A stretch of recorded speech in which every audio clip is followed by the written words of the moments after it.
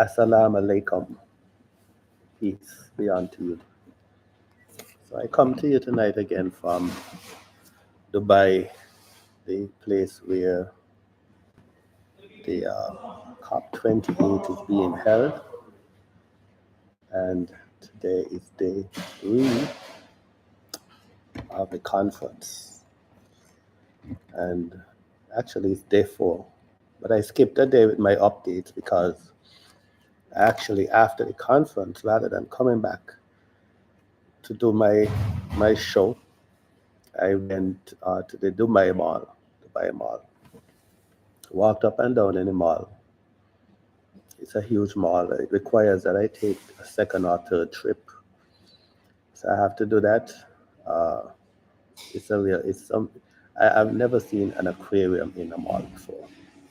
There is actually an aquarium in the mall, like real fish. People swimming in the aquarium. Well, I hope they were real. I think they were real people doing all sorts of, you know, I don't even know how to describe. I've just never seen anything like that before. But it was really nice. It was worth it. So I apologize for not coming on to update the audience on what's going on at COP. So what happened the day before? We had the opening of the St. Kitts Nevis Pavilion. It was a short but a very beautiful ceremony of the opening. Our Prime Minister, the Honorable Dr. Terence Drew, and other ministers were there, and some permanent secretaries and staff members. A lot of people were there, and it was very nice, fitting the fact that St. Kitts is moving towards total energy independence in the pursuit of solar technology.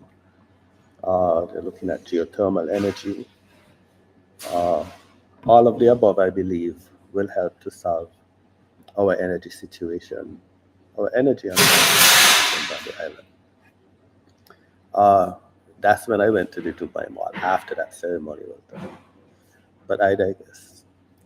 So, one of the things that I really wanted to come on here to talk about tonight is what we heard from the COP28 president. And the headline states that he says there is no science behind the demand for phase out of fossil fuels. Now, of course, that wrinkles a lot of feathers and causes a lot of stir in the place, and a lot of people are commenting online in the chat rooms all over. It probably might even be in the news by now. So, what he says specifically is that there's no science indicating that a phase out of fossil fuels is needed to restrict global heating to 1.5 degrees Celsius. Right? He also stated that a phase out of fossil fuels would not allow sustainable development unless you want to take the world back into caves. Now, we're at the climate change conference, so these comments were incredibly concerning, to put it nicely. And some people say verging on climate denial, right? And clearly they were at odds with the position of the UN Secretary General, right? Antonio Guterres, I think his name is. Now, to put it in context, right? These comments were made in an ill-tempered response to questions from Mary Robinson, who is the chair of the Elders Group and a former UN Special Envoy for Climate Change.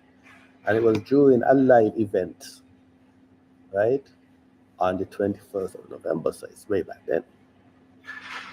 So it was also made during COP28. Now, the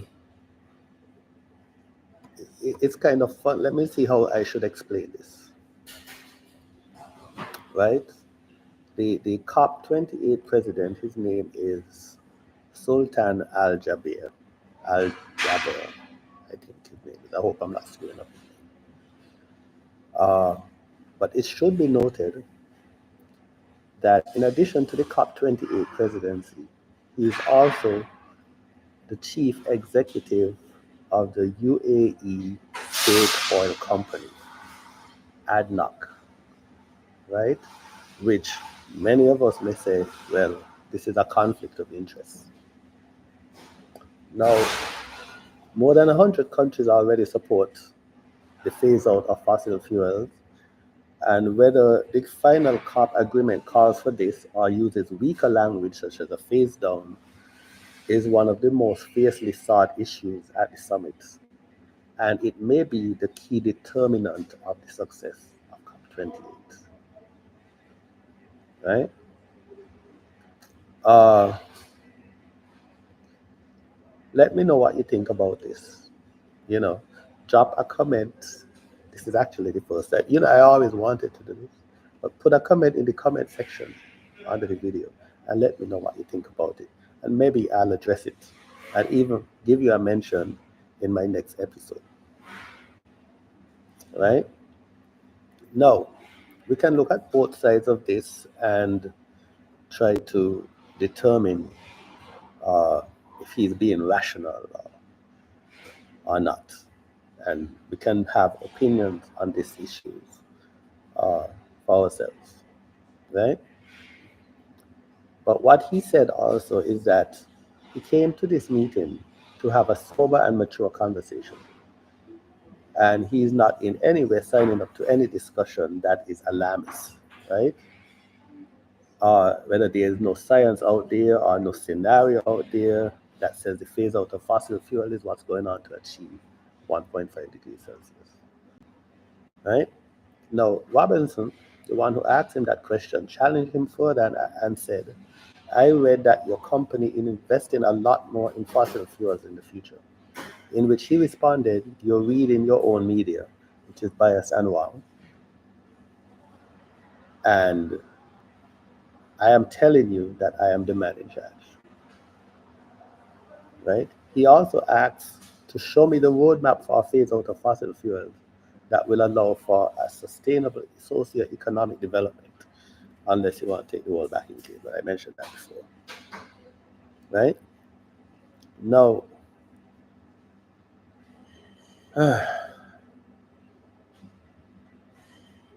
I'm not sure where that leaves us or how this COP conference will end, given the state of the conversation that's going on. I mean, we've seen where the UAE committed billions of dollars, and other countries also committed billions of dollars to fighting global climate change, right? The commitments have been made, as I said in my last show, but we've yet to realize. I will be looking to see if these funds are actually uh,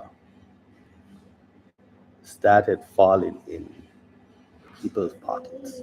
And when I say, I mean companies and organizations that are all trying to help other smaller islands uh, fight or mitigate the impacts of climate change. Uh, those were the highlights. I'd like to hear your comments on it. Uh, you know, our world will continue to need energy sources. Uh, some people have made arguments for fossil fuels, saying that, uh, excuse me, uh, for renewables, saying that it's not their problem, such as uh, base load and intermittency and energy storage and infrastructure development, cost considerations. So basically, achieving like 100% renewable, it sounds good for any country, and I'm fully in support of that. That's my position. But it really involves overcoming a lot of these challenges, right? And I think we're well on our path to overcoming them. We're seeing an increase in battery storage and technology. Uh, we see in some countries where there's infrastructure development and the cost implications are huge. You have to put more money into it. So the transition to 100% renewable, it requires a multifaceted approach, right? Including technological advancements, policy changes, which is also a major point of discussion at this conference, the investment in infrastructure, and also public support, right? One of the things that came up earlier this week in the conference, uh, and I think again it was the Prime Minister of Dominica, Prime Minister Skerrit, mentioned, I believe, I'm not quoting, that the Paris Agreement, it was not a legally binding document. Because we saw what happened when President Trump came into office. He just completely pulled out of the Paris Agreement. So until they can come to some agreements where uh, these things are legally binding, and small island developing states, such as St. Kitts and Nevis, where I'm from, uh, can actually benefit from the bigger countries uh, investing in our islands to help us to mitigate these impacts, right? But it's also important to consider the social and the economic impacts on the communities that rely on the fossil fuel industry. Man, that was good. What did I just say? I said it's also important as we approach 100% renewables to consider the social and economic impacts of those communities that rely on the fossil fuel industry. So while the goal of moving towards renewable energy is crucial, achieving a complete phase out of fossil fuels might take time, and it requires a well planned and systematic approach that balances environmental, economic, and social considerations. Right? That's my position on it. Now, clearly, I'm in the renewable sector, so I support 100% renewable. But we really need to develop uh, a well planned and a systematic approach to balance all of these factors, the environmental factor, the economic, and the social consideration. So that's where I stand on this topic, and I would like to know what you think about it. So please drop a comment uh, in the comment section to let me know that you're watching also. I really appreciate that. And on my next show, I'll actually give you like a huge shout out and stuff like that. Now, today, my goal, remember I stated from the first show that my goal is to go to the desert safari and ride a camel with my shirt off. And not only that, but to take the picture, post it on social media. If I do that, I would have achieved my goal in Dubai. So I'm looking for dates where I can book that trip. Uh, I plan to go and do a tour of Dubai, like one of those guided tours. I usually hate those guided tours, especially when you see them in New York City, because you just jump on a bus, you go somewhere, you jump off, you jump on, you jump off. I like to go places and stay as long as I feel like and just move around. But being that the time in Dubai is limited, and I will be back, right? And I will bring my whole family back to Dubai. Uh, I don't know when yet. Maybe when I get the next contract. But I'm gonna go on one of those guided city bus tours and just check out the place. Yesterday, I went by the Dubai Mall, as I stated earlier, and I saw the tallest building in the world. I can't remember the name of it now. I have to Google it. I can't remember the name of it, but it's the tallest building in the world, and it was very impressive. Let me tell you, fellas, like if you have someone in your life and you bring them to Dubai, they will never leave you. They'll never cheat on you. They will love you forever because Dubai is a beautiful place. And it's as advertised. I know I've spoken to some people, and some people told me they didn't have a good experience coming to Dubai and this and that and so. But so far, I think it's been very impressive. It's very beautiful, and I am, you know, I like it here. I plan to come back one of these days. Anyway, that's all I have for today. Uh, I know this morning at 10:30, I think it is. I have to check. But what am I going? I have an event to go to actually before this. But at 10:30, there's the government of St. Kitts and Nevis is having this national ministerial side event session, and the theme is moving towards sustainability with SISA 2040, whatever that means. I don't remember what that means, right? And it's in the St. Kitts and Nevis Century Country Pavilion, Building 21, Expo City, Dubai. There's a morning session at 10:30 to 12 p.m. and there's an afternoon session at 4:15. But if the morning session and afternoon session are going to be the same, I'll go to all my meetings. After the morning session, I'm going to go back to the Dubai Mall, right? I have to buy something nice for my sister. Every time I go overseas, I oftentimes bring back a bag for mommy and one for my sister. The two of them, yes.